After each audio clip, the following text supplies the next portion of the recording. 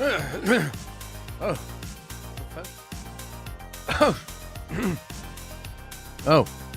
Good thing I've got full self-driving in the Nerdmobile. Because holy shit. I'm tired. I'm a little tired, guys, you know. We sat down to watch a really long movie last night for the watch party. And,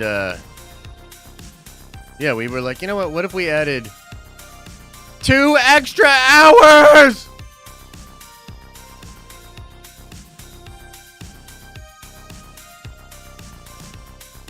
To the stream. We were like, you know, Dennis Dennis. He makes pretty long movies. But what if we doubled the length of the movie? Like playing it at like 0.5 speed or something, you know what I mean? Shout out to everybody who made it through the whole Movie Bros watch party stream last night. That was a wild one. That was one for the books. We will remember. If you were there for that stream, we will remember that stream forever. Probably bring it up. Talk about it. When we're at the bar, just enjoying some drinks. You know what I mean? Just reminiscing about what went down. Pretty wild. Pretty wild night. I had a lot of fun with you guys. In all seriousness, I loved Dune. I thought it was absolutely incredible. This morning, we're going to talk a little bit about Dune, non-spoilery. I want to give my thoughts on that. Also, want to talk about some crazy Marvel stories that are coming out. Rumors about Miss Marvel. Really wild stuff. We'll talk about that. There's an article that Trev posted on the BBS that I definitely want to take a look at and talk about Marvel and Civil War and all of that, so that'll be pretty interesting. And then, of course, in the back half of today's show, we will be doing call-ins. And I have to get gambling going on here, too, so that all you degenerates can gamble away all of your nerd coin. I mean, take a chance with your nerd coin. I'm pulling into the tower right now. I'll see you in a second.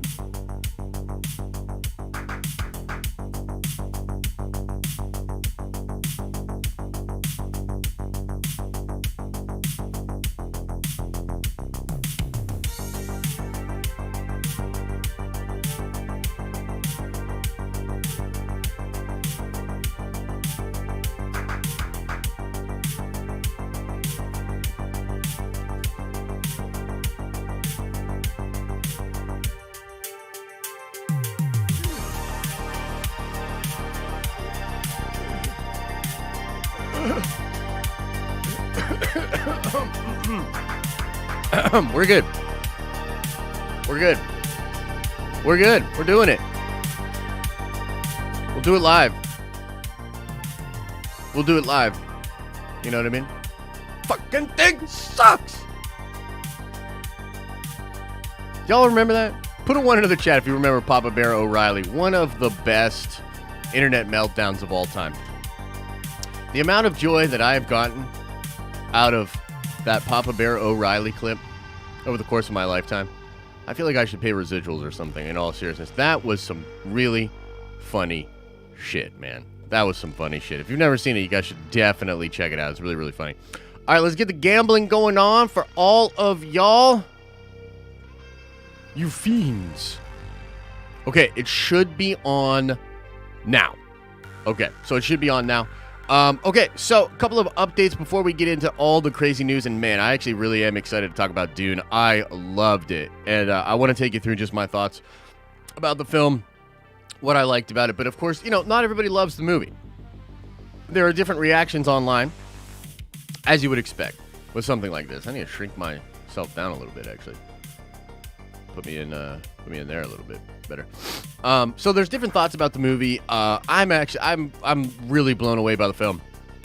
I might watch it again tonight. If I don't watch it again tonight, I might try to go see it in theaters, actually. So it was really, really cool.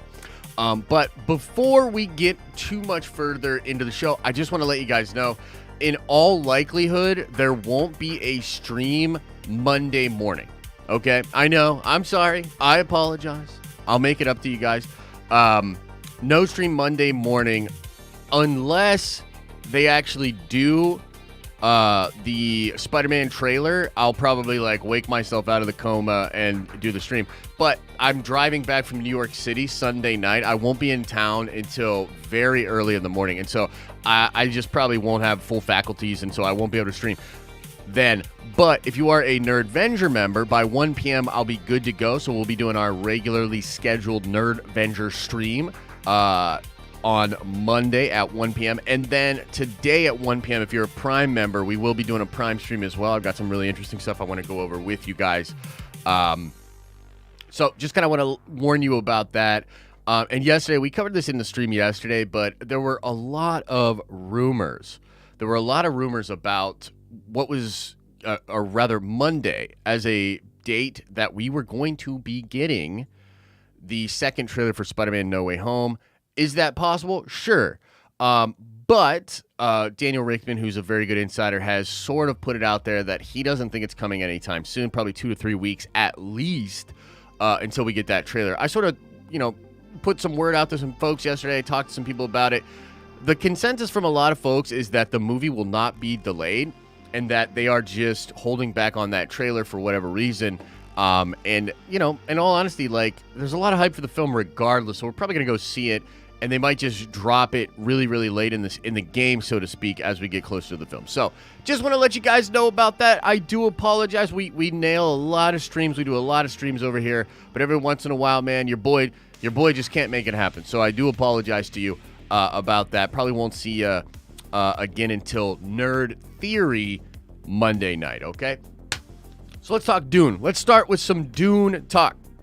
Put a 1 into the chat if you watched Dune already. We're not going to talk spoilers, so we're going to keep it spoiler-free, but I am pretty interested. What did you guys watch Dune? I know many of you guys were hanging out last night as we watched it.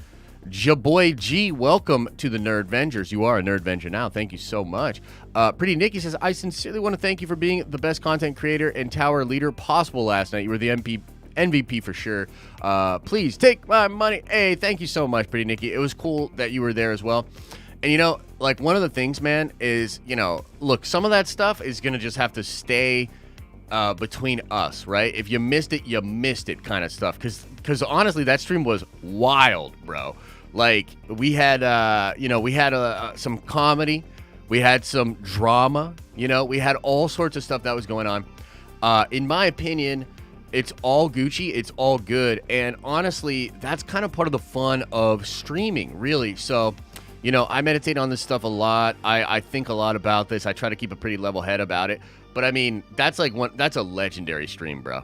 That was a legendary stream. So as far as content, I mean, if you think about it, a lot of y'all pull up to these streams just to be, like, entertained and have fun. And, man, I don't know how much more fun you can have in a 4-hour period, leading up to it, doing the whole thing together, and then watching the movie, okay? So, much appreciated. Okay. I'll go over this real quick, and then I'll get into my thoughts here. Kyle says, a member for 2 months. Thank you, Kyle. Says, have you watched the new Young Justice episodes? Still one of the best series coming from DC lately. I have not, just to be honest with you guys, I have not watched that yet. But maybe I'll check it out. I did like Young Justice back in the day. Okay. So, let me tell you something. Let me tell y'all something. At about 5 minutes into the movie, I mean, you guys know I like to be pretty open with you guys about, what's going on in my brain, what's going on in my heart, as it were.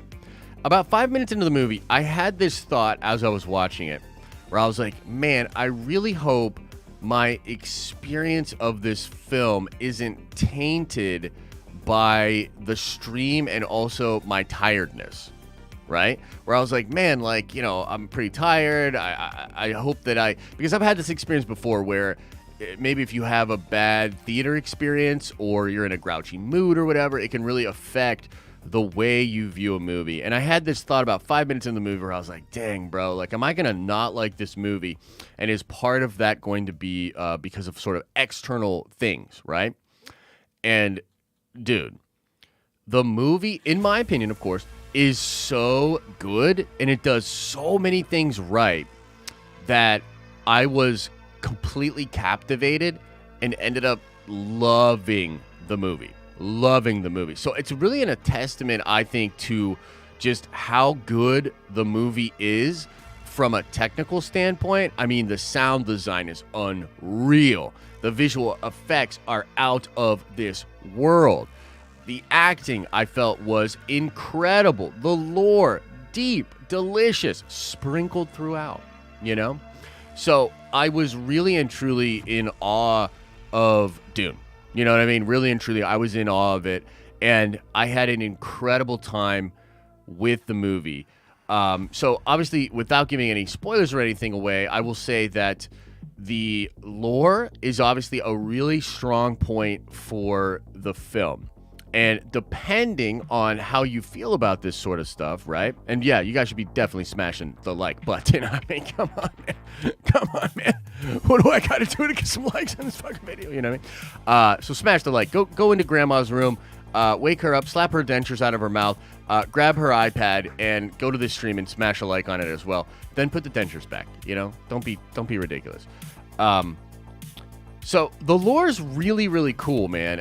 And as someone who's even seen the original Dune movie, the David Lynch Dune movie, I really don't, and maybe it's just because I've not visited that film in a long time, I don't recall anywhere near as much of a level of the lore being talked about and sort of, you know, put into the film as I did in this one. There's this element, and I don't think this is a spoiler at all, because in the marketing material they talk about House Atreides. Somebody in chat help me out. What is the name of the other house, the one that Bautista belongs to? What is the name? What is the name of that house? Because it's like you don't even really see the Emperor at all, but his presence is felt all throughout the movie, and this sort of feudal system that they have is really fun. It's really, really cool. Harkonnen,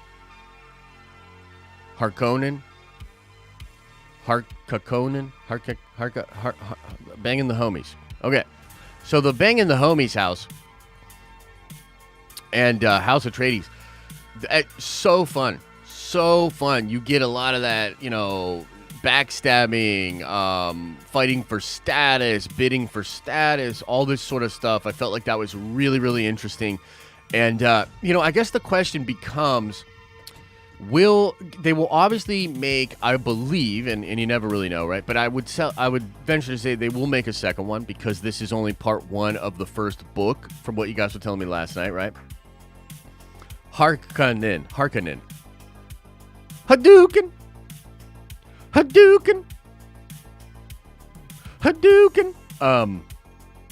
Is the gambling working, by the way? Okay, it looks like you guys are rolling. Okay, cool. So, yeah, I loved all of that part of it, and it just sets up a really fun world to exist just beyond the scope of this film. And there's obviously a lot of source material here. I wonder, like, could this end up being this just massive franchise where they just kind of keep going through all of these different books and breaking it up and, like, doing it in that sort of a way? I do wonder if that will eventually be the way they go with Dune.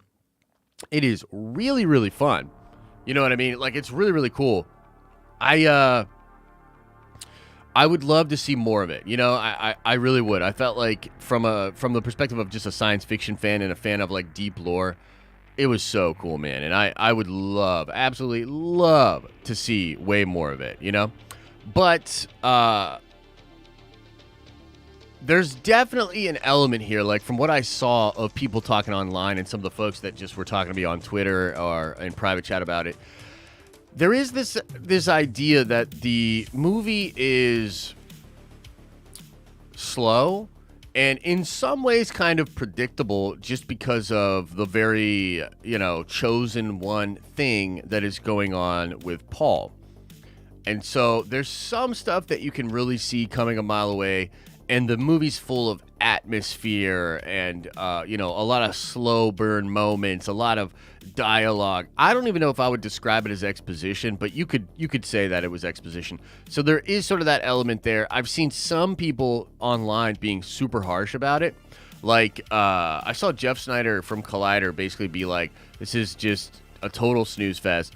I can't believe that our people are clamoring for another 2.5 hours of snooze fest for a super predictable desert planet sci-fi boring paint by numbers project. And I understand that. And I see the lore. I guess for me, the mystic parts of it and the like religious elements, for lack of a better word, I guess, that are put into the film are really, really cool. I quite enjoy the hero's journey that Paul is on. From what I've heard of the rest of the series and where it all goes, it's pretty interesting to see Paul at this moment and then kind of realize where he eventually ends up and why, right? So, again, I absolutely loved it. I think it's phenomenal, and it's a great example of the type of movie that, I mean, I was very happy to watch it last night and get the experience really quickly. I know it opens this weekend in the States. Many of you guys will go out and see it. But this is a film that, like, frankly, I will likely go see in theaters just for the experience, Where it's like, oh, I really wanted to watch it. I enjoyed watching it with all of you guys. I enjoyed just watching it from the convenience of my house. But at the same time, there are parts of this movie, like the sound design, and just, I remember watching Blade Runner, Dennis's Blade Runner in theaters, and just being blown away. The score, the sound design, the lighting, it's all, I mean, he's an incredible filmmaker, really, really stylized, very, very good. And so, yeah, it's probably something that I want to go into theaters and just kind of have wash over me in the cinematic sense. So I'll be really interested to see how it performs. It's not outside of the realm of possibility that this movie won't do that well. I think it's already made a boatload overseas, and I think it's performing pretty well overseas, but you just don't know how our North American audience is going to react to it. What's the word of mouth going to be like? How are the legs on the film? Is it because of HBO Max? Like, I saw some people saying, oh, well, it came out literally the day before, like early for theaters. This is obviously going to hurt the theatrical take on it. I don't know. Maybe that's true. But also from HBO Max's perspective, they need subscribers pretty desperately, from what I understand. So I think they've even told Dennis that even if the film underperforms in the box office but does really well on HBO Max, they will greenlight and make a second one. I don't know if they'll make it at the scale that they made this one. This movie was designed in a world pre-Pandy where we thought, it could have been like $1 billion movie and $1 billion franchise, right? I don't know if that's like any longer a possibility for this movie or any movie, really, right?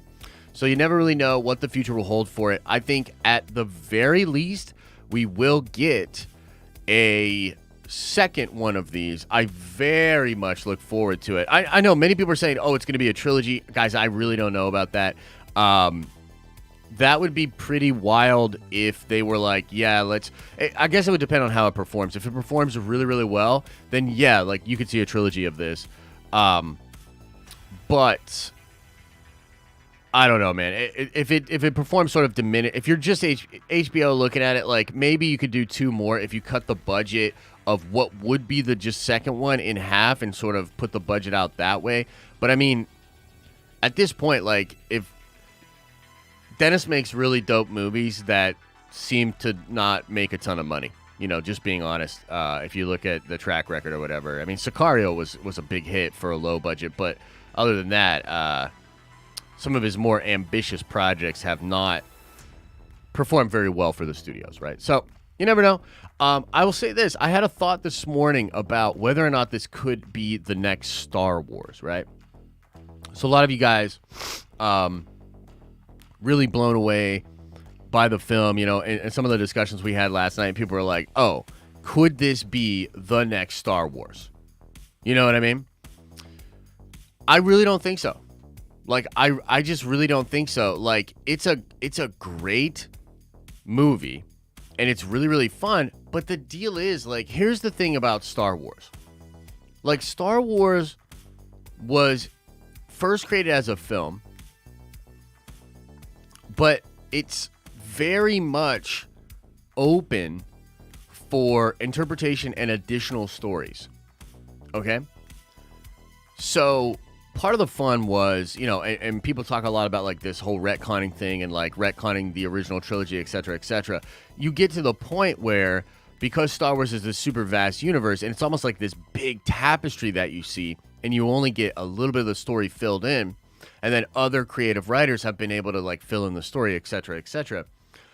Like, you've got, what, 8 Dune books, 5 of them written by the original author, and that's a pretty long, extensive story. An adaptation of that story is awesome, but could you really then go on and tell stories past that and make it have the same oomph? Could you tell stories adjacent to that and make it have that same oomph? Could you tell the story before that and make it still have that same oomph? I don't know. I think Star Wars is sort of uniquely positioned because of just the way the storytelling goes and how much we don't know about it. Like, it's not like George Lucas wrote 5 novels and then we're all like adapting it all from there. You know what I mean? And because it's so grand in scope, but also really specific, I just don't know. I don't think it can be a Star Wars type IP. I think it has the potential to be an incredible series of movies, an incredible franchise in its own right, but will it create theme parks? Will it create comic books, video games, all of these different things? I just don't see it. I don't think that the property, that the IP, and that the source material supports that sort of a thing. So that's kind of what I think. I'm sure you guys have varied thoughts about that. Maybe we'll get into some of that in Q&A. Okay, so let's shift topics a little bit. Let's shift the topics. And actually, hang on. I need to... Bruh. Where's the dilly-dally on this? Hang on. Give me a second here. I'm super curious, by the way. In chat, let me know. Do you guys know what's been going on with the Kamala Khan rumors? Do you know?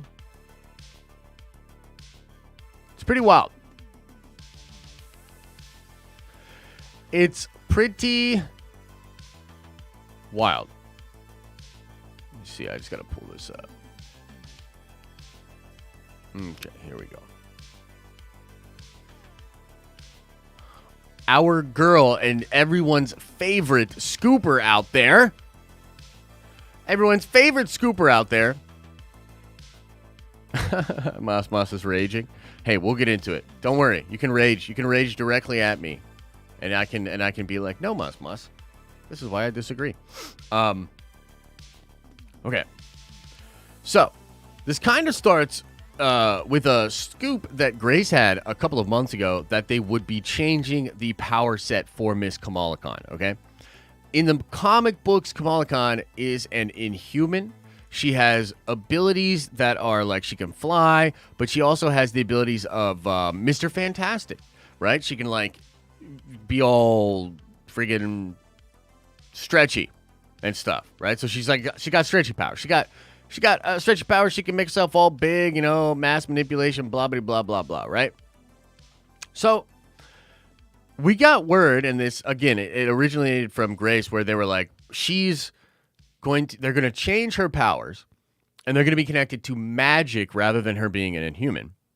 And I don't think this came from Grace, but this sort of broke out at the same time, that they were going to make her like the daughter or spawn of Mephisto or something crazy like that. Okay? So, let's go with this. The weird part about all of this, right, is why does it seem like the Inhumans are completely getting ignored and like written over by the Marvel Cinematic Universe.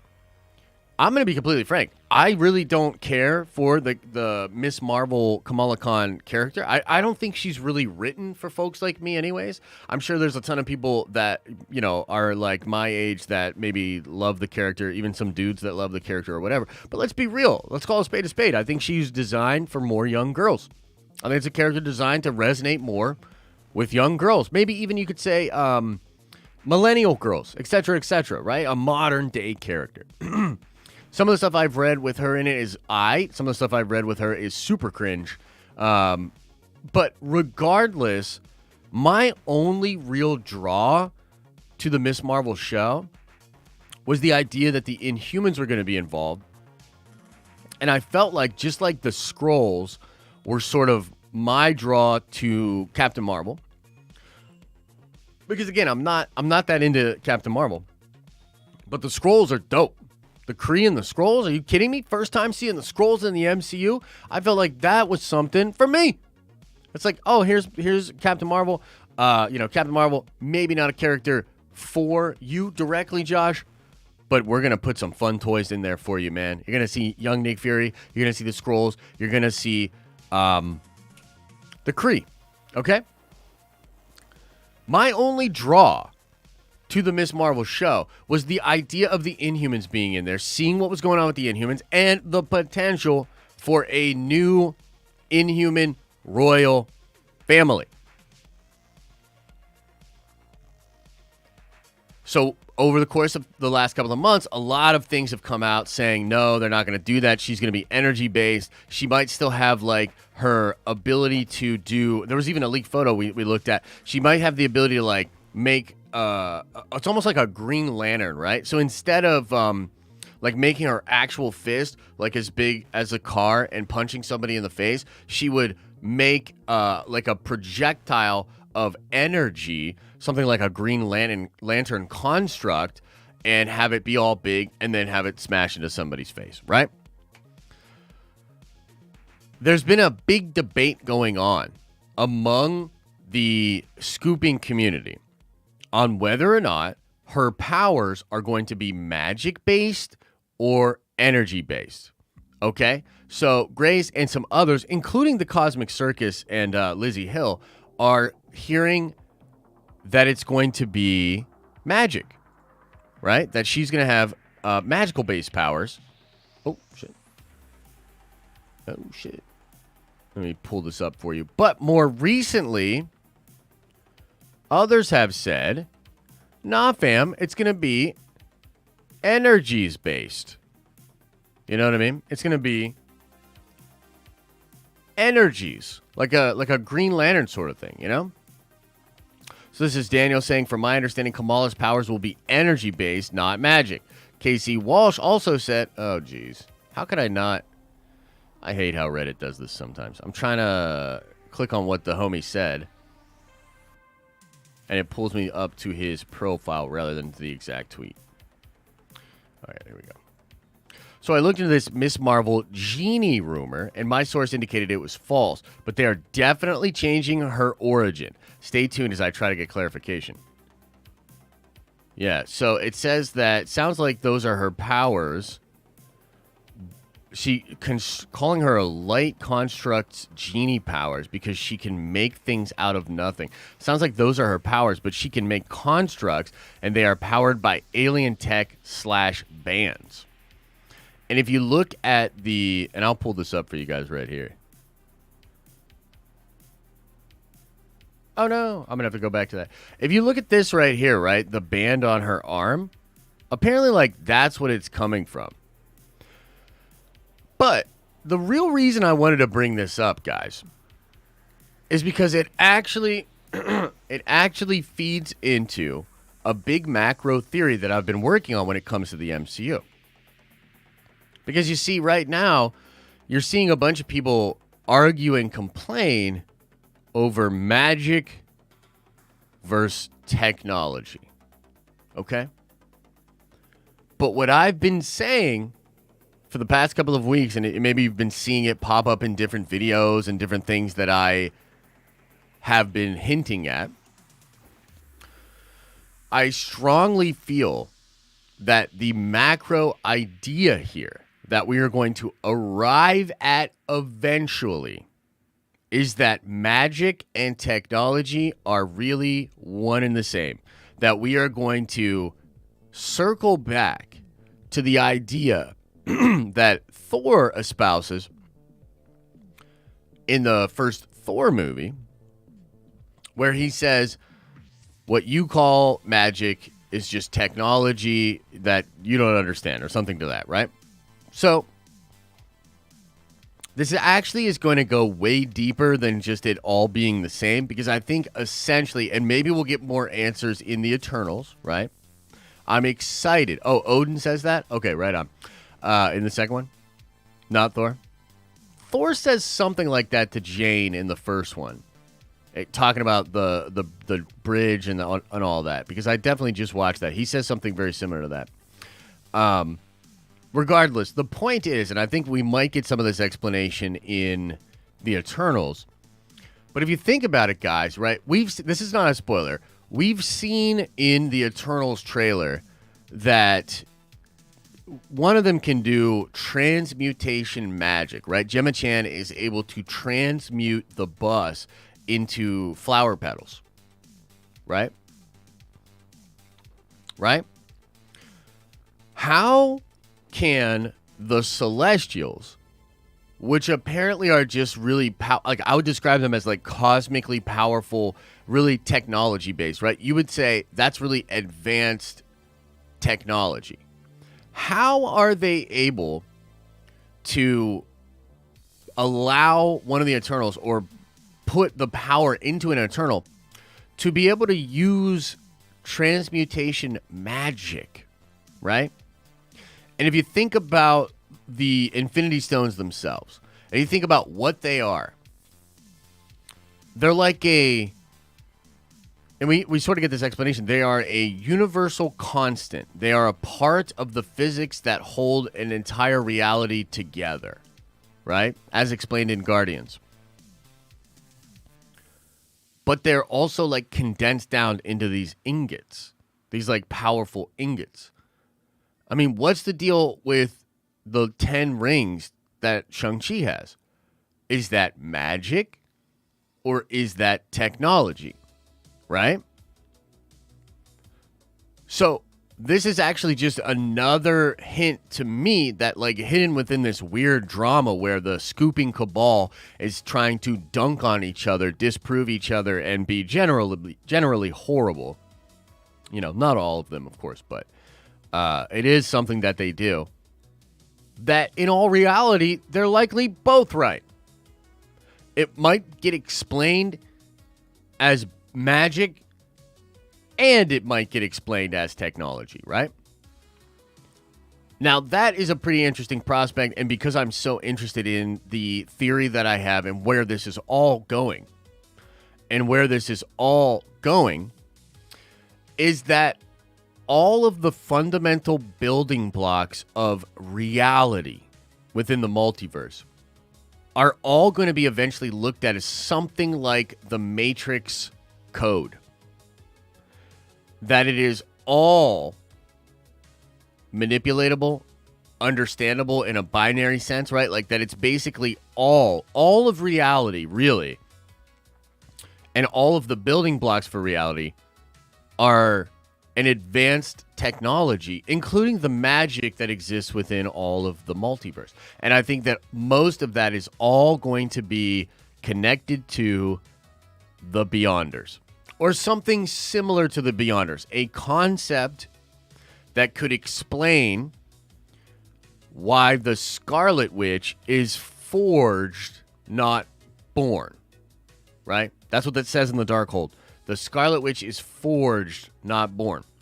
How could it be? I think we're starting to see how all of this will actually tie together. So it's an interesting report. Definitely want to know what you guys think about it. Again, I'm not really that interested in Miss Marvel, bro. I'm going to be real. Like, will I watch it? Yes. Will I be super excited to watch it? Probably not. Not until I get something else to pump me up, you know? Show me something. Get me excited in some way, shape, or form, you know? Give me, you know, something to cheer for and get excited for the show. And also, show got delayed, man. You know what I mean? Show got delayed into next year. Kind of interesting how all of that goes. Okay. One more thing I want to go over here.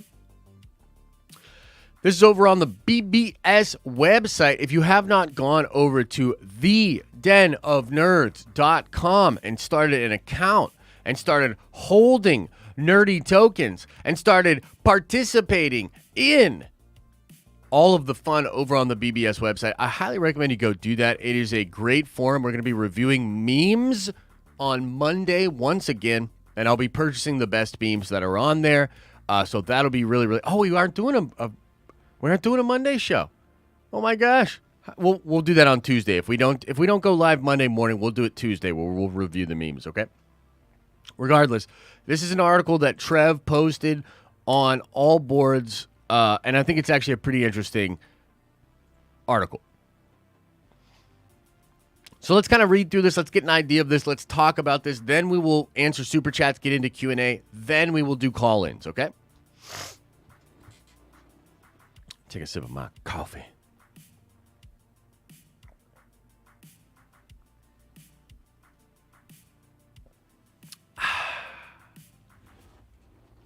By the way, Trev was all upset about this, but I have a take on it. You know what I mean? But here we go. Marvel's creative committee tried to kill Civil War's Captain America / Iron Man fight. So, according to the writers and directors of the Marvel Cinematic Universe Committee, wanted to cut the film's climactic fight between Captain America and Iron Man. These and other revelations are found in the newly published book, The Story of Marvel Studios, The Making of the Cinematic Universe. I do not actually own that book yet, and I'm hoping when I go to New York City this weekend I can find it at like one of the places and buy it, because I definitely need to dig into this. Okay? But let's read on. It says here, for the uninitiated, the Marvel Creative Committee, which consisted of Marvel Entertainment CEO Ike Perlmutter, President Alan Fine, and Marvel Comics writer Brian Michael Bendis, and Marvel Comics publisher Dan Buckley, and Marvel Entertainment CCO Joe Quesada, oversaw the creative process on Marvel Studios films until 2015, at which point Marvel Studios president Kevin Feige began reporting directly to Alan Horn.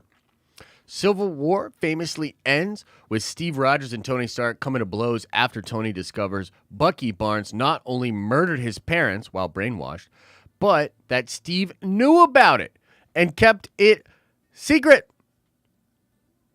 He knew about it, and he kept it a secret. So, however, as detailed in the story of Marvel Studios, the Marvel Creative Committee wanted to drop this emotional climax in favor of having the film's heroes team up to battle the other super soldiers in the Hydra Siberian factory. We had to do a draft where they had a fight in a submarine base with 5 super soldiers, noted Stephen McFeely. So they even did a draft according to the notes, probably from the committee. We kept saying there's nothing interesting about that film. We're not here to make that movie. We're not interested in telling another superhero story, said co-director Joe Russo. When Feige sided firmly with the movie's creatives, it started what the Russo called a civil war in Marvel. But when we drew the line in the sand, it became a moment where that company was either going to slowly bend back towards where it had come from, or it was going to slowly start to bend toward new territory. In the end, Horn brought everyone together to argue in favor of their preferred ending to Civil War, with the film's writers and directors ultimately winning out over the Marvel Creative Committee. This was also one of the key events that paved the way for Marvel's restructuring, resulting in Feige and Marvel Studios no longer having to answer to the committee. Okay. So I've got a couple mixed feelings here. Okay, I got some nuanced ideas to bring down. Let's do a poll, though. Do you wish they fought the super soldiers instead, I should say? Let's see. Let's see what you guys think, man. Let's see what you guys think. And we will get into Q&A in a little bit here. So, I have a little bit of mixed feelings about this because I'm sure that some really good stuff came from the committee, okay? I think Bendis is really good. I like Quesada a lot. Dan Buckley's dope. But Ike Perlmutter, Alan Fine, not so sure about those dudes. You know what I mean? Not so sure about those dudes, particularly Ike, okay? Now, I will be honest with you.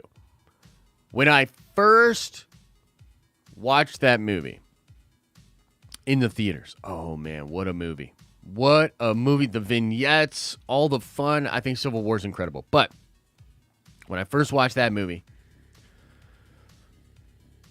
the little boy version of me, the old comic fan, the collector of the toys, you know, that kid was a little upset that we didn't see a fight with all those super soldiers. I'm going to be real.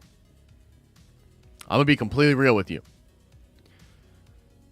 When we got to the facility and they were all dead, I had a moment of, well, oh, man. Oh, shucks. You know, I had that kind of a moment. I was like, oh, shucks, man. What in tarnation? You know? But what transpires from there is beautiful, bro. It is beautiful cinema. It is surprising. It solidifies Zemo, because the whole movie you're like, what the fuck is Zemo doing? Like, what's the deal? And if you're a fan of Zemo from the comics, you're like, bro, this dude ain't doing nothing.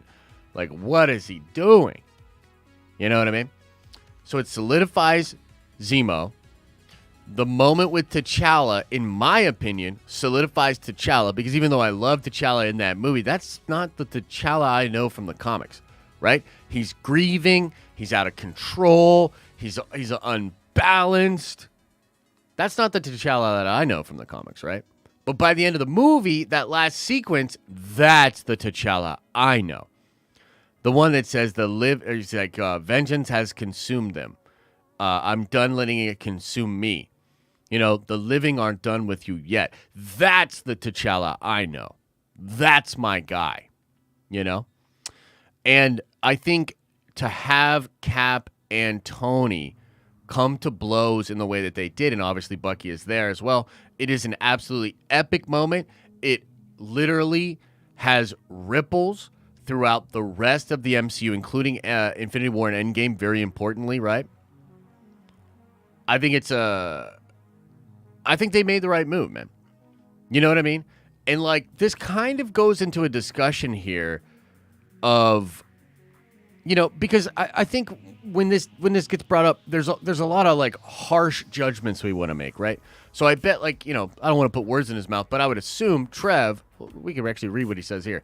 Feige chose the Russos over Bendis and Quesada. Wow. So you can kind of see that, like, Trev's feelings about this are Bendis and Quesada are comic book royalty, and Feige, the butthole, chose these Russo brothers over these two. Okay, so first of all, that's an okay belief. Like, that's understandable.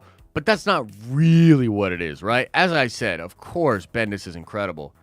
But then again, if you look at his current, you know, Superman stuff, you might not agree as much. Quesada's incredible.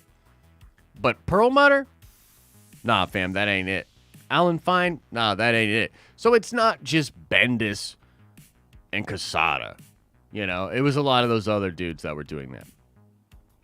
I would say that, you know, Trev probably believes you should have the comic book writers involved in what is going on in the MCU. I actually agree. So there are some things the MCU did when they no longer had the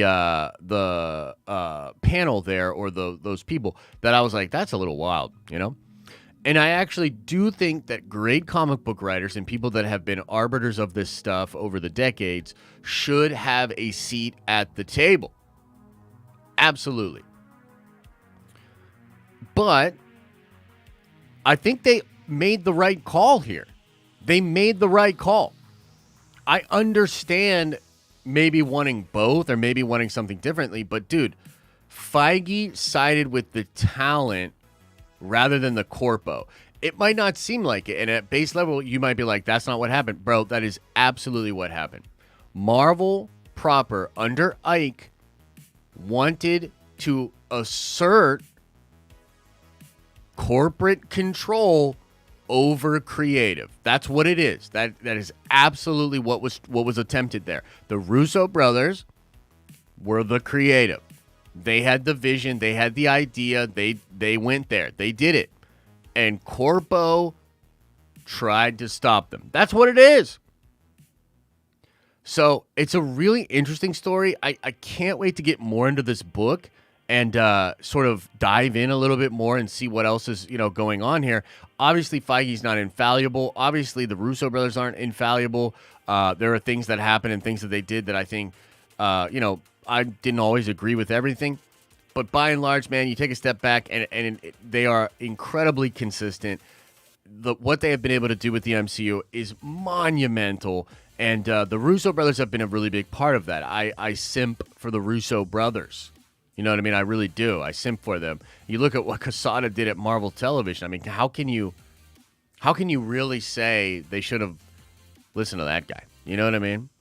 So, yeah, I thought it was just an interesting story, something I wanted to bring up.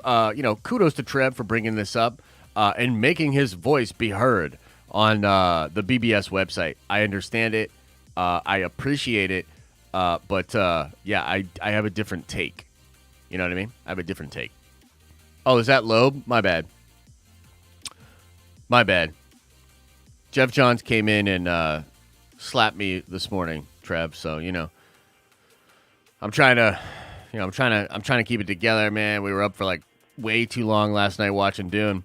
I woke up this morning. Jeff Johns kicked the door into the tower lobby. He said something really horrible to Susan. He came up and slapped me in the face. And then walked out. So, I mean, look, we don't want to disparage. We don't want to spread rumors. We don't want to pile on or whatever. But Jeff Johns is a Satan worshiping, evil, horrible human being. Crossroad deals with demons. All sorts of stuff. From what I've heard, allegedly, rumored. Don't sue me, bro. Okay, let's get into Q&A. Let's see what y'all be sending in with them soupy chats. I do want to say today's stream and all the streams over here are brought to you by the NERDVENGERS, the best online community there ever was. Are you sitting around being like, man, life's okay, but I just wish there was something more. I wish my life had a little bit more meaning, or I wish I had a little bit more joy in my life, or like, what's the point of it all? Joining the NERDVENGERS will solve all of your problems. It will give you something to wake up to every day, make you feel young again. If you're short, it makes you feel tall. If you're too tall, it makes you feel a little shorter. It makes your shoes fit better, your pants look better, your intelligence goes up. Results may vary and can't guarantee any of those things, etc., etc. Join the NERDVENGERS today, man. They help us keep the lights on here, help us keep it going. It's a beautiful thing, man. It's a beautiful thing. You see them in chat with the badges next to their names. Absolutely incredible people. And we give away a $200 GameStop gift card to a lucky NERDVENGER every single month. All you got to do is be a NERDVENGER and you're entered to win automatically. Sheev has won 30 of those things by now. He has LCD screens all over his house. He's got an infinity pool with multiple PS5s, all because of everything that he won, just being a NERDVENGER. It's pretty crazy. Let us see here. Andrew Eisenheimer, welcome to the Nerdvengers. You joined yesterday. Colt Culprit, you joined yesterday. Louis, you are back as a Nerdvenger. Welcome back. Ornar Jets, welcome back to the Nerdvengers. 9 months. Holy crap, we have a Nerdvenger baby. Winter Soldier, welcome to the Nerdvengers. And Jaboy G, welcome to the Nerdvengers. You guys are Nerdvengers. Now, make your way around the tower. Have some drinks. Talk some ish. Enjoy yourselves. Okay. Let's get into these super chats. And then we'll do a couple call-ins as well. Maybe Trev will get on to argue with me about Jeff John. Pretty Nikki says, and I'm just going to read this again. I think it's really sweet. I sincerely thank you for being the best content creator and tower leader possible last night. You're the MVP. Take my money. Thank you so much. I already said this before, but really appreciate you being there. I had a good time. Steve Staranka says with the $5 holla, the fashion show, though. Bro, how fun was that stream? In all seriousness, we had a great time, man. Yeah, we did a fashion show last night, and I looked up runway music, and I had the perfect tune. I shot everybody a little Blue Steel, you know.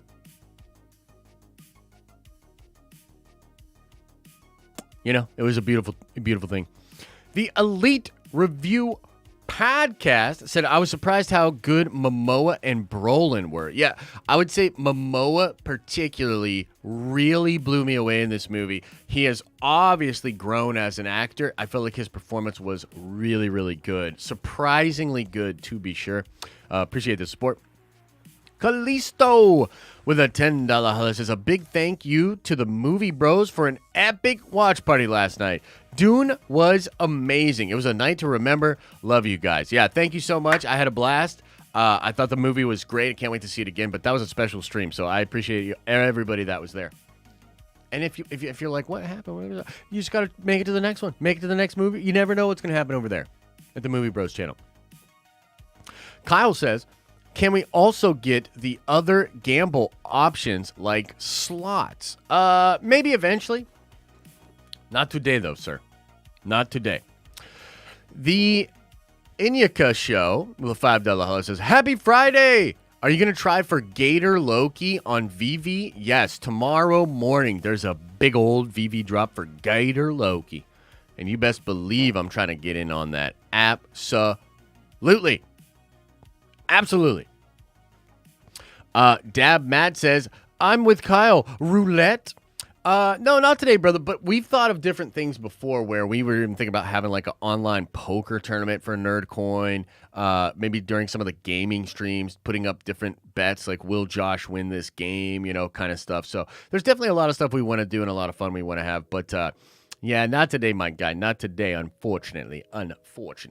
Mike House says with a $5 holla, says, if they do the other books, that means we get Duncan back as Guala. Momoa is great. The cast, cinematography, and score was amazing. I really don't know what you're referring to. Maybe that's a different character or something that he can come back to. Maybe he gets resurrected or something.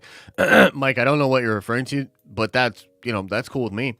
And I think we'll get at least another one, if not another two. You know what I mean? So, yeah, pretty cool. The cast, cinematography, and score was amazing. It really was, man. The cinematography, I love it. I just love the sci-fi in it, bro. The sci-fi in it was fantastic.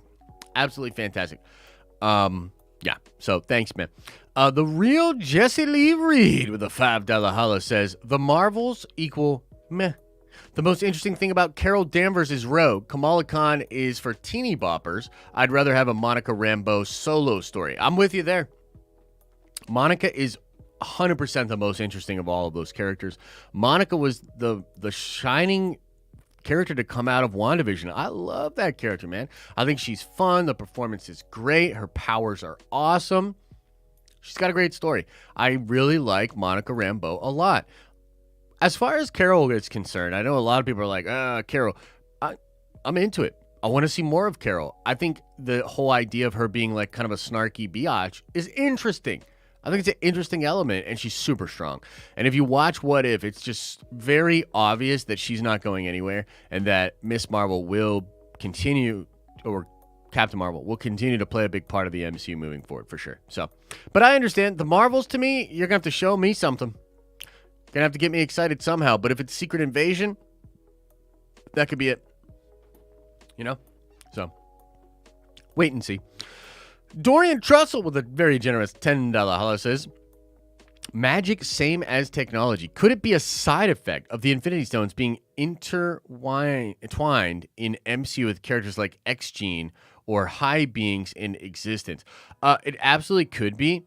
What I was saying is that I think you could describe the entire multiverse as technology. Because the Beyonders, the whole idea of the Beyonders is that they are beyond everything. And a being like the Molecule Man ended up actually being a fail-safe, by design way to blow up the entire multiverse. It's a bomb. The incursions, all these like crazy things that were going on were all like programs, essentially. Like they were all just a part of the fabric of reality. What I'm saying is a lot of the this whole technology magic thing is going to end up in a place where we realize it's all the same. That's what I think Shang-Chi is about a little bit. That's what I think the Eternals is about a little bit. That's why people are confused about Miss Marvel, in my opinion. Flatbrush Zombie 47 says, if we are getting World War Hulk and Hulk 1v1 against Wolverine, he needs to fix that arm. How can they do that with stones being permanent damage? I don't know if it's permanent. It probably just takes a buttload of time to heal. You know what I mean?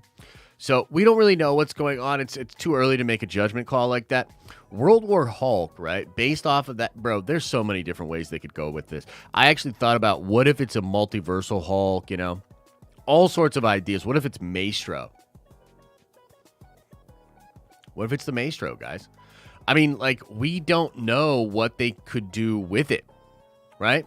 So, but regardless, I'm hoping my Hulk Maestro ultra rare VV comic goes up in value when that movie comes out. That would be nice, huh? But appreciate the support, man.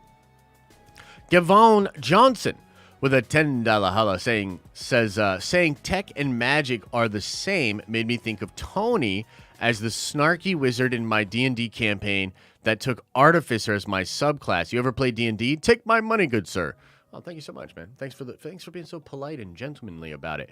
Have I ever played D&D? Brother, I love D&D. I tell everybody that's a gamer, everybody that loves playing games, I tell them all the time, I said, the best gaming experience you can have is a good Dungeons & Dragons campaign. It's unlike any gaming experience you'll ever have. Your imagination is the limit. Like, I'll give you guys an example. I had a character one time that I made that he was a pirate. And he was like, he had spent a lot of life on sea, right? And we were chasing down this either like Minotaur or like Big Bear or something like that, right? And I had a fishing net. And I said to the DM, I said, look, I've got my sword in one hand. I've got this fishing net in my left hand. But I'm so good with fishing nets after all of my time on sea that what I want to do is use this as an improvised weapon, and I want to throw it to try and get it around the Minotaur to confine him, and then be able to attack him further or whatever. And then, like, the DM's basically like, yeah, that makes sense. Roll for this, roll for that. Let's see if you're successful in doing it. I ended up, like, rolling really high and, like, basically, like, using a fishing net to, like, give advantage to the rest of my party when they attack this Minotaur. And it's just like really fun.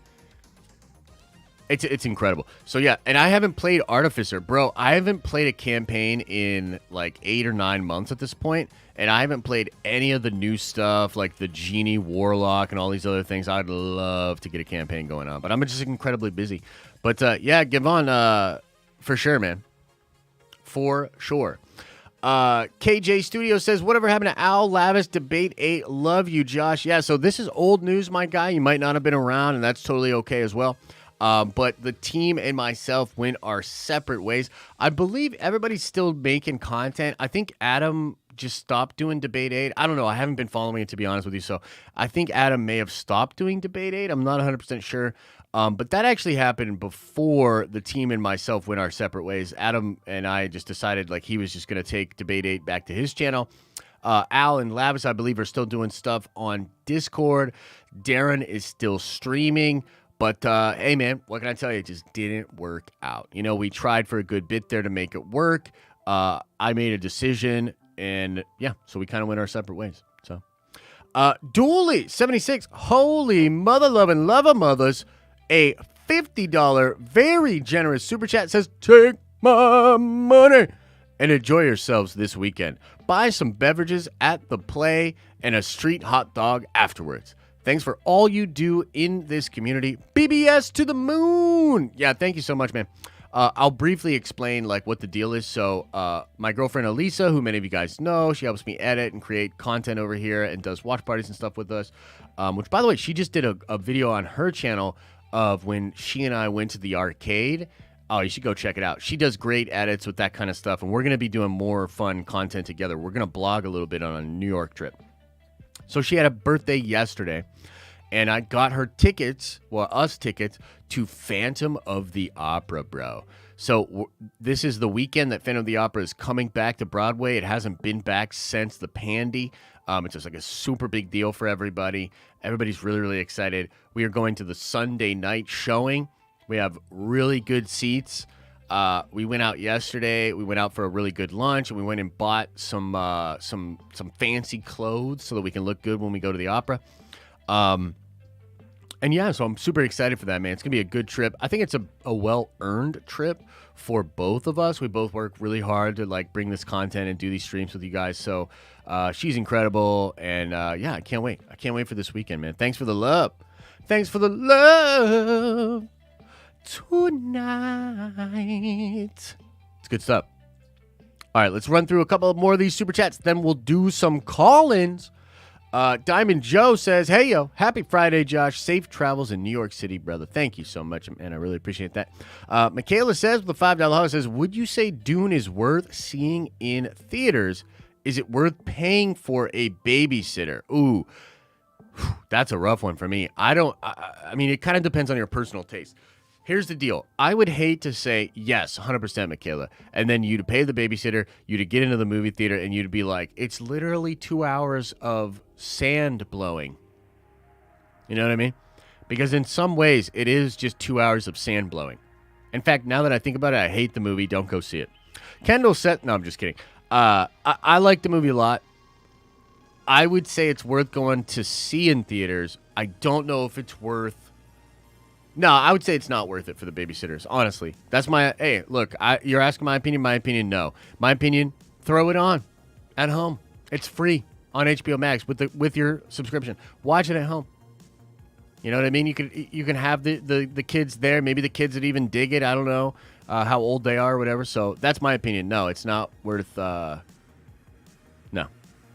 Kendall says with a $5 holla, says, simping for Monica's fine ass. Hashtag take my simp money. She is a good-looking lady. I'll tell you, man. She really is. And I just love her energy in the show. She's like sassy yet vulnerable. You know what I mean? Like, I think it's a pretty complex thing they're doing with that character. I genuinely really, really like it. So, amen, bro. Simpon. Kyle says, I really hope they do Secret Wars right. Hashtag take my money. I hope so, too. I think we've got a lot, at this point, we got a lot of evidence that Feige will get her done, and he'll get her done right. So I'm excited. I think it's going to be very different than what we saw in the comic books, but it's awesome. RF Gaming Channel, $5 holla says, Elisa's video is awesome. How mad was she that you streamed for 5 hours the night of her birthday? You were a rock star last night. Hey, thanks so much, man. Yeah, I mean, I went out and, like, said goodnight to her at one point, and we were both just like, whoa. And, you know, it is just one of those situations. I'm not super pumped about that aspect of it.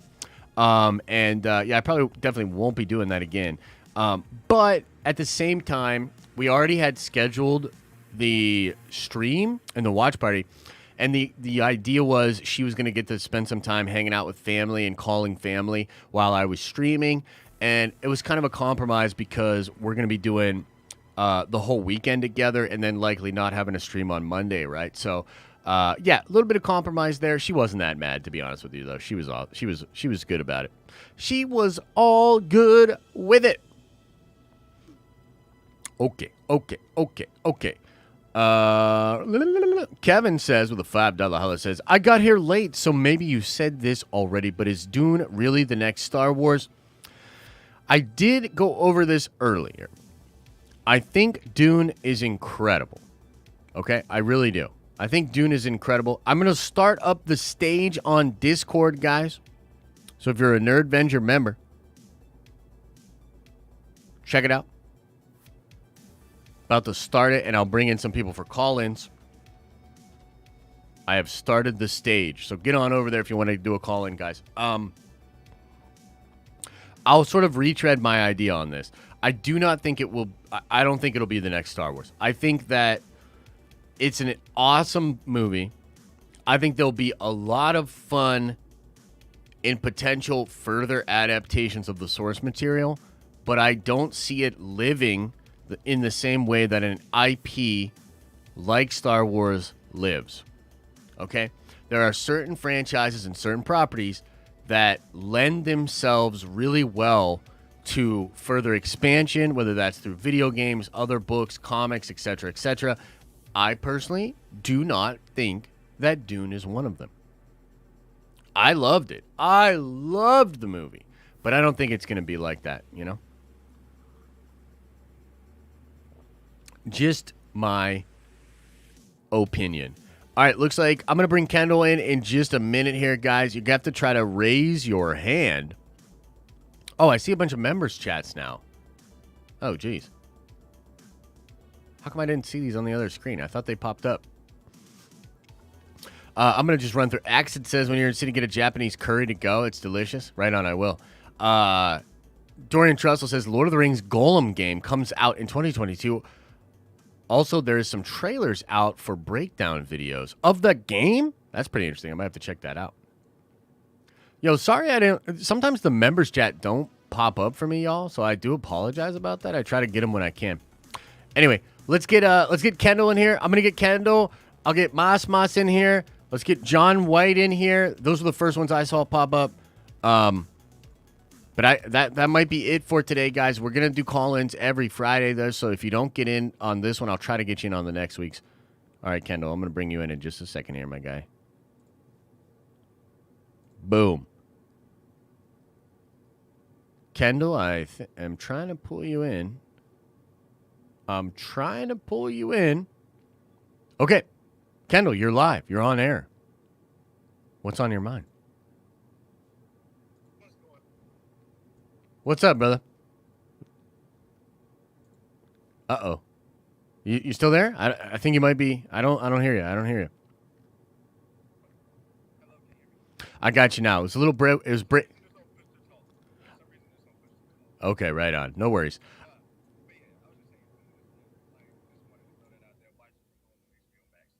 Yeah.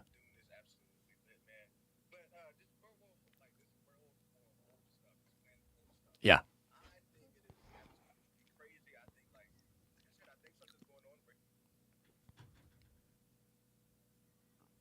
Uh-oh.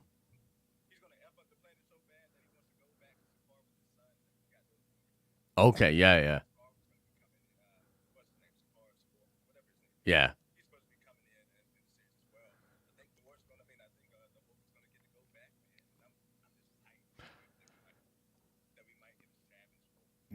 Yeah, for sure. No, 100%, man, 100%. I like that a lot. I agree. First of all, I agree with you about Dune, but yeah, as far as the Hulk is concerned, yeah, like putting Scar in there would be sick.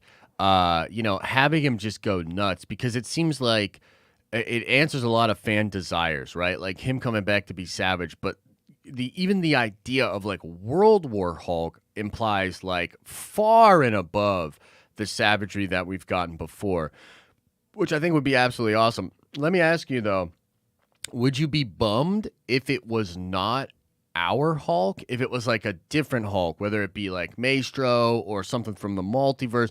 Do you want our Hulk to be the one that goes nuts?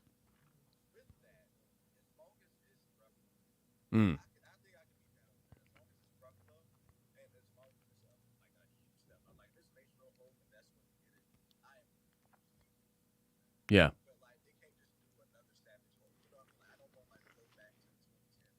Yeah.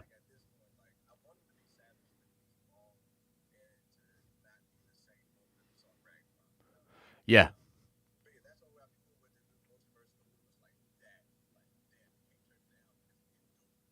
Right. No, that's fair, man. That's fair. I'm gonna take you out, and I'm gonna continue to talk about this for a little bit. Yeah, much love, brother. Appreciate you.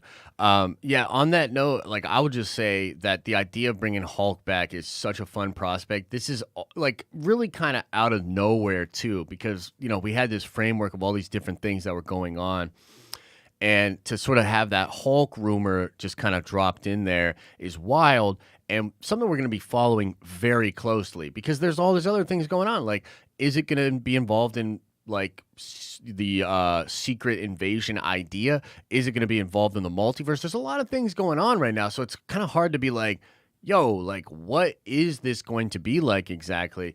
She-Hulk is apparently going to set it up, so it's very likely that, like, when Ruffalo and Feige were talking this out, they had their ideas. They were like, yo, this is what we want to do. This is where we think it should go, and it's obviously exciting enough to bring him back, so that's pretty cool. Let's see here. I think this is Boss Moss, yeah? I'm bringing you on to the call. Attempting. Yes, you're on the call. Hello. I gotcha. What is up? Of course.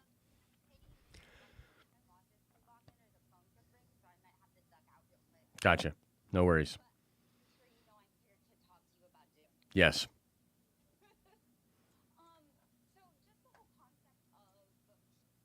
It is a really dense IP, and that there isn't enough in there to make it like Star Wars, which, first of all, Star Wars is like Dune. Let's not get that twisted. Mm-hmm. Second of all, like, there's so much that even the first book itself only like touches on or doesn't explore. The author himself is kind of like George R. R. Martin before George R. R. Martin. Okay. Like, there's so many threads. There's the Talaxiao, and there's the whole reason why everybody's so dependent on spice. It's because you can't have AI, you can't have thinking machines anymore, and the Because whole of a war or something? that, yeah, basically AI goes nuts and tries to take over and almost destroys the universe, and they have to stop it. Okay, And wow. that has made it so they can't have AI, which is why the navigators need to be on the spice. So there's just so much. And then you have the whole, what do you call it? The jihad of the Atreides jihad. And him struggling with that, him struggling to stop that happening anyway. And then we haven't even gotten into his kids yet. Like, there's so much, and the writer made it that way. He made it so that there's just layers on top of layers on top of layers. So I think with Vision, and I think with someone who does know the lore, and I'm not even that steeped into it yet. Like, I just started getting into the books. I'm on book 3 right now. Right. So, I mean, I disagree with that point quite a lot. I think there is a ton there. I just think there hasn't been people to see it for that and take it to that place yet. And we just got the technology to do this kind of CGI and this kind of like grand space epic. Right. Because if you look at the older stuff, it's so cringy. Yeah. So basically, like you're saying, like it's just there's so much lore and there's so much depth to it that you could definitely have like almost an unlimited amount of content. Is kind of what you're saying, yeah? For real. And if you want action, there are multiple wars that go on. You want intrigue, you've got this stuff going on with the Landstrad, you've got this stuff going on with Chome. I think it's the Chaos Ober Mercantiles. I don't know. It's an acronym, but basically it's the people that's in charge of all the stuff. Okay. And then you have the Emperor, and there's all of these different factions and how they work together. I heard that they're going to do a show on HBO Max about the Bene Gesserit, who are another force that are just, yeah. So, like, there's so much. And I was reading about the author himself, and how his child was talking about him. I'm sorry, Frank Herbert. I'm horrible with names, so I Yeah. try to avoid them. Yeah, it's all good. And how he spent a ton of time writing the first book, and how he wanted every time you go in to read that book, you can focus on something else. You can focus on the word structure. You can focus on just the plot. You can just sit there and kind of get lost in this really super great world that he built. Yeah. And I think that part of the reason that we're having problems getting it up is because there is so much. Yeah. And so a starting off point is really weird. And it's kind of messed up that I know that Dune can do that for people, because Dune heavily influenced Star Wars. Yeah, for So sure. that in and of itself shows you that the lore works and the lore can do that. It's just, how do we do it with the original stuff? Yeah. Yeah, I guess like from my perspective on it is like when I think of Star Wars, there's like this idea of filling in or further understanding what was going on. So like you get the original trilogy, right? And then when you have the prequels, it's not like we had material out there really that showed us what was going on during that time period. So it was like created with the actual movies. So because of that, you can kind of continue to do that and like fill in different parts of it. And I actually think that, and all of this sounds amazing. Like I love the idea and the lore and a lot of the fun stuff that's going on there, but it would really be just adapting things that are already out there. So not to say that there's not a plethora of content, but I just don't know if that exactly lends itself to sort of the expansive IP. So it's like with Halo. Like Halo is just like a game, but because of basically some of the little threads that are implied in the first game, like the flood and like what the Halo rings actually are and all these different things, there's all this intrigue that then other writers and other creatives can form and fill in, the gaps. So with Dune, the only reason I don't think that it has that same ability is because it seems like it's all already established. It could be adapted all over the place for very fun content. It would be great, but it doesn't have that same like inherent draw, if that makes sense. Yeah, well, I mean, I don't want to take up too much more time because I know you've got like a whole life to live. It's all good. Hey, you're coming to my neck of the woods anyway. Oh yeah, you're up in New York? Yeah. That's fun. I'm excited. So, no, you should be. The life's back in the city, but whatever. But there are a lot of things that like are touched on in Dune, and from where I am in my reading, haven't really been expanded on, or haven't even been expanded on by the original author. Sure. It's his son and like ghostwriters that have gotten their hands on it. But it's also, you've got to wrestle the IP out of his hands, because I'm pretty sure he's alive and still owns all of it. Interesting. Well, I definitely appreciate that point, and I think it's you definitely educated me on some really interesting parts of the lore. So I'd be down to see more of it. You know what I mean? So we'll just see where it goes from here. I guess this weekend and just the next couple of weeks will sort of really let us know how successful do we think the movie is. You know what I mean? And I loved it. You know what I mean? I absolutely loved it. So yeah, I hope we get more for sure. And I'd love to know more about the different lore, and we could have you on a stream sometime to explain some fun stuff, or make a post on BBS or something. It could be really fun. Heck yeah, and screw Warner Brothers. Bye. Bye. Take care. All right. Cool. Let's see here. I'm gonna bring in Dirty Nap. I apologize, guys. You couldn't hear Kendall, and you were hearing me an echo on me. It was part of the audio settings I had yesterday for Movie Bros. So, yeah, I'm gonna bring you in, Dirty Nap. You're live. What up, man? Can you hear me? I got you, brother. How are you? Nice.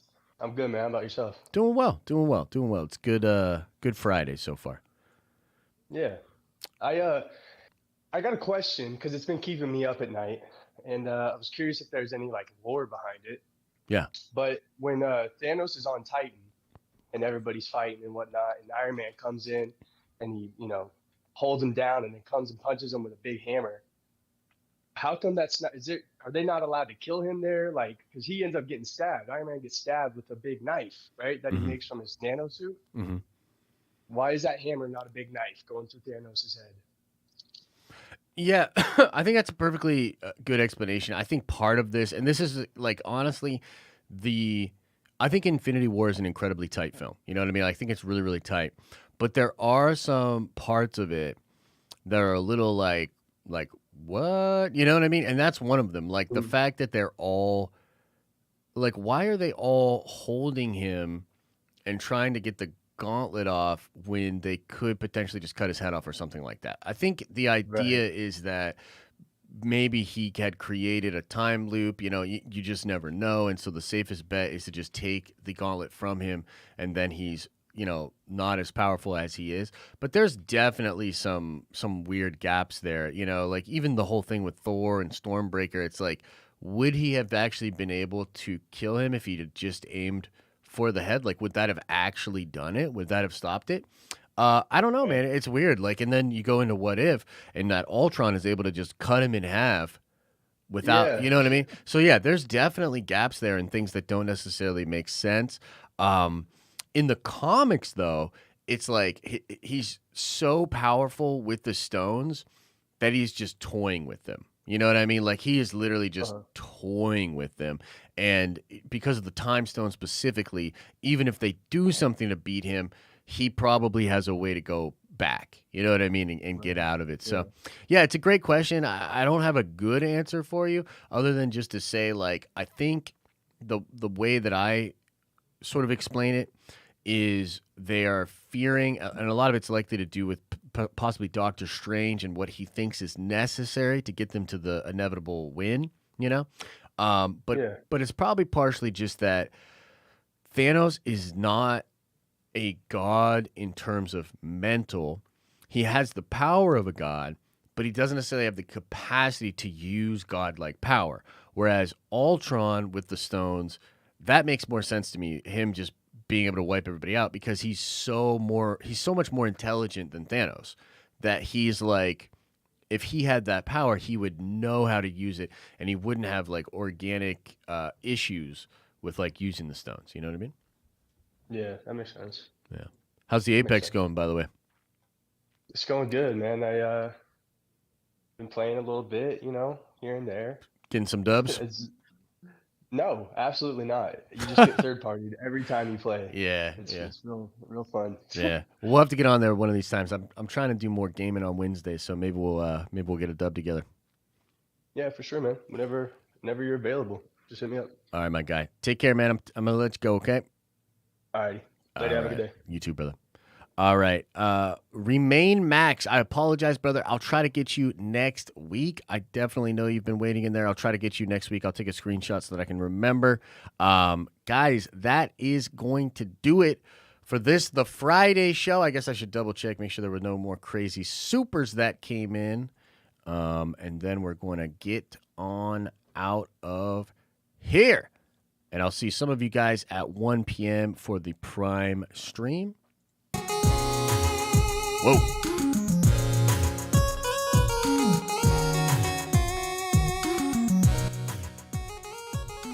Whoa. Whoa.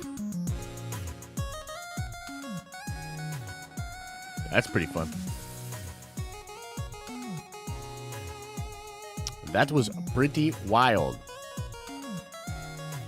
What is this beat, Chet? This is crazy. Let's see here. Max Ross said, we can't hear the callers. Check the settings. Yes, I apologize. I figured that out. Stevie says, Dune brought in 5.1 million yesterday. That's pretty solid considering it debuted on HBO Max as well. That is pretty solid. It is. All right, look, much love to all of you guys, man. Appreciate you guys. Love hanging out, doing fun, nerdy things, doing what we do. Much love to you. Probably no stream Monday morning. I know, sad face. We'll be back at it Tuesday, and we'll be back at it Monday night for a Nerd Theory stream. That's going to do it for me. As I always say, I hope you are having an awesome and a nerdy day, and I'll see you in the next video.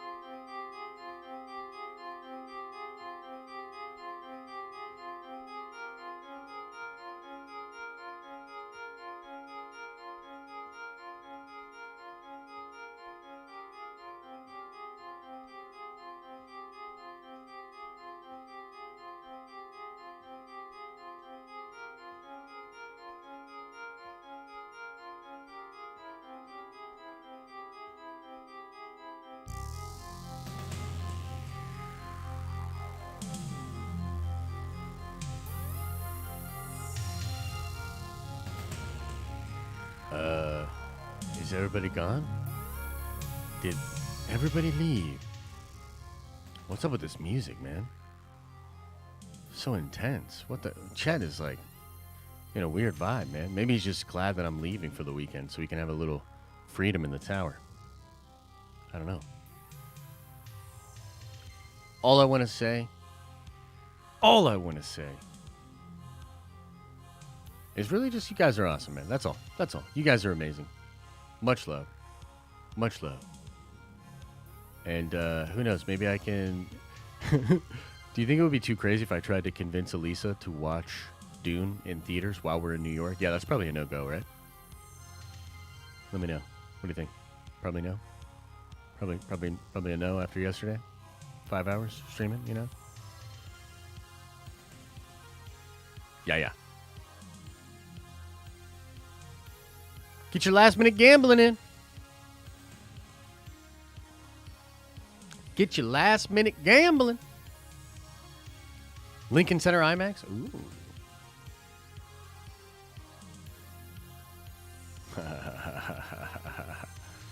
All right, guys. I'll see some of you guys soon. Take care.